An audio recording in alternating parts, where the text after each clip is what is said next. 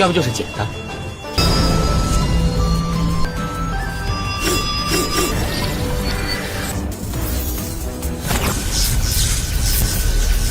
走吧，我们需要的不是。好，古云，我看到这次。 Halo semuanya, selamat datang di Ruang Sinema. Bagaimana kabar kalian semua? Semoga selalu sehat dan baik-baik saja. Sesuai jadwal, jadi pada hari ini kita akan kembali melanjutkan series Donghua Supreme God Emperor episode terbaru. Yang mana ini adalah episode yang ke-430. Bagi yang baru bergabung dan series ini, kita sudah sediakan playlistnya. Jadi kalian bisa mudah mencari di mana episode awal dari series ini. Sebelum kita mulai episode terbarunya, kita akan melihat dulu apa saja yang telah terjadi pada episode sebelumnya. Tepatnya pada episode 429. Di hari Jumat kemarin, Muyun bersama Uyu telah tiba di Gunung Tianjian. Baru saja tiba, ia langsung bertemu dan Nona Bai yang telah dikejar-kejar oleh keluarga Zhu, yang dipimpin oleh tuan muda bernama Zhu Ziyuan, yang mana dia itu saat lagi menghabisi Nona Bai. Awalnya mereka meremehkan sosok pria yang menyelamatkan Nona Bai. Sampai akhirnya mereka pun tahu ia adalah Muyun. Barulah mereka ini ketakutan. Di hadapan Muyun mereka itu bukanlah apa-apa. Ia pun mengancam Zhu Ziyuan untuk memberitahu apa yang telah mereka lakukan di sini. Mengetahui formasi pertahanan Gunung Tianjian sudah hancur, membuat Muyun begitu marah. Selain itu, nasib temannya juga tidak diketahui. Setelah menghabisi Zhu Ziyuan, mereka pun memilih untuk pergi ke Gunung Tianjian. Yang mana di sana penyerangan terus saja dilakukan. Pertahanan pun perlahan-lahan mulai hancur. Tianwuji dan Jijian berusaha sekuat tenaga untuk mempertahankan formasi itu. Di saat si Pochang begitu percaya diri bisa menghancurkan formasi ini, saat itulah Muyun tiba. Nah, sekarang kita akan melanjutkan episode terbarunya. Di sini Muyun sedang bersama Tianwuji dan Jijian, yang mana mereka sepertinya sedang membawa Muyun ke sebuah tempat. Abang Muyun bisa melihat ada begitu banyak pedang terbang. Tetua Tianwuji memberitahu tentang 999 pedang.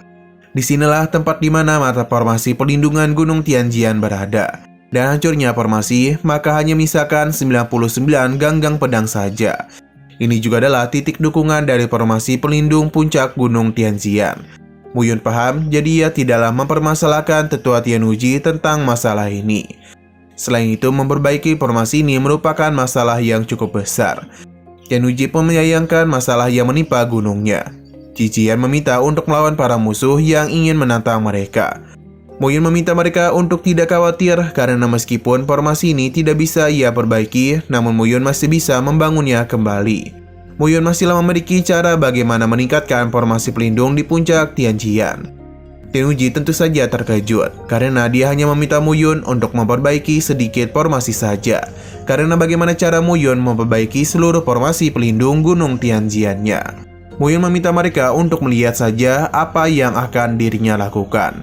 Di sini Muyun pun langsung saja mengeluarkan pedang-pedangnya. Dan semua senjata ini dia sendiri yang memurnikannya. 今只剩下了99柄，小兔崽，只能重建。 将整个天剑山的护山大阵。 Muyun akan menggantikan pedang-pedang rusak itu dengan pedangnya. Tapi Zhu khawatir pedang Muyun akan dihancurkan. Saat juga Muyun pun mulai menggantikan pedang-pedang pada formasi Gunung Tianjian. Melihat apa yang terjadi membuat mereka semua terkejut. Di sisi lain, 3 keluarga besar terus berusaha untuk menghancurkan formasi terakhir Gunung Tianjian. 要不就是捡的。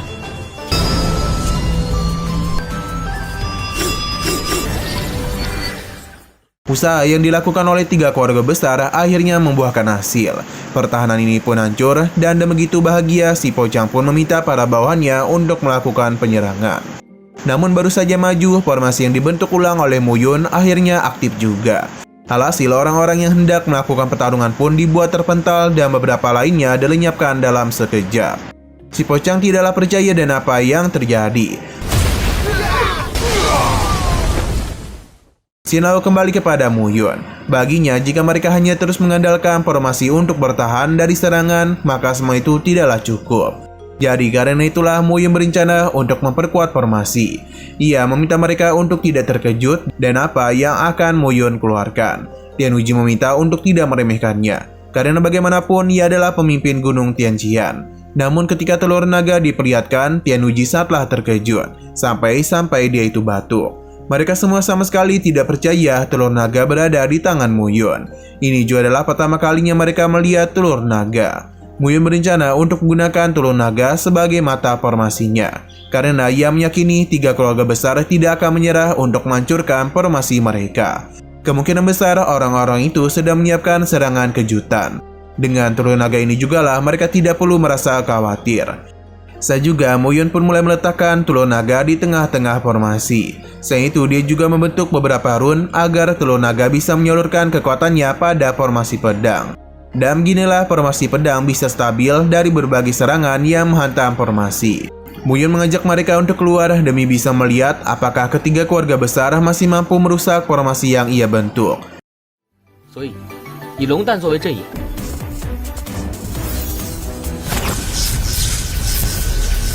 走吧，我们需要的不是等待。 Kini ketiga keluarga besar hanya menunggu saja. Sedangkan Mu Yun tahu kalau orang-orang dari aliansi darah akan segera tiba. 3 keluarga besar berencana untuk mengeluarkan guntur kekacauan. Bahkan mereka akan menggunakan 5 juta kristal spiritual terbaik untuk menggunakan senjata itu, agar bisa menghancurkan formasi pelindung puncak. Pada akhirnya tetua keluarga Jin pun mengeluarkan guntur kekacauan. Selama mereka memiliki kristal spiritual, maka tidak ada formasi pertahanan yang tidak bisa dipatahkan oleh senjata ini. Dia meminta mereka untuk segera mengeluarkan 5 juta kristal spiritual kualitas terbaik, agar senjata gunturnya bisa segera aktif. Para tetua 3 keluarga besar pun mulai mengeluarkan kristal spiritual terbaik yang mereka miliki. Tetua Jin pun menyerap semua ini dan menyalurkannya kepada senjata guntur kekacauan. Mu Yun hanya geleng-geleng kepala saja, bukan karena ia takut, melainkan tertarik dengan kekayaan yang mereka miliki. Tetua Jin memintanya untuk diam karena tidak lama lagi Mu Yun akan mati di tangan mereka. Dia pun meminta Mu Yun untuk bersiap karena hancurnya formasi akan mengakhiri kejayaan yang Mu Yun bentuk. Tetua Jin masihlah terus menyalurkan kristal spiritual kepada senjata gunturnya, sampai akhirnya senjata ini pun sudah siap untuk ditembakkan. Kekuatan yang dihasilkan oleh senjata guntur ini tidaklah main-main. Bahkan para bawahan di belakang mereka harus menjadi korban karena efek serangan yang tidak terkendali dari guntur kekacauan. Tetua Jin meminta para bawahannya untuk mundur, karena jika tidak mereka itulah yang akan meninggoy. Oh, Mu Yun, 我看到，这次给我。 Baru saja ingin menghancurkan formasi pertahanan, episodenya pun harus bersambung dulu. Namun sebelum kita akhiri, seperti biasa kita akan melihat preview bagian selanjutnya. Di sini para tetua dari 3 keluarga besar sedang mencari cara untuk bisa melawan balik Mu Yun. Jika mereka terus membuang waktu di sini, maka cepat atau lambat orang-orang dari aliansi darah akan datang untuk membantu Mu Yun. Alhasil mereka pun berencana untuk melakukan penyergapan di area sekitar Gunung Tianjian. Mereka meyakini kalau rencana ini akan berhasil. Jadi para tetua itu akan bersiap lebih dulu. Pihak Gunung Tianjian pasti mengira mereka akan melakukan penyerangan. Padahal mereka ini sedang menunggu kedatangan dari orang-orang aliansi darah.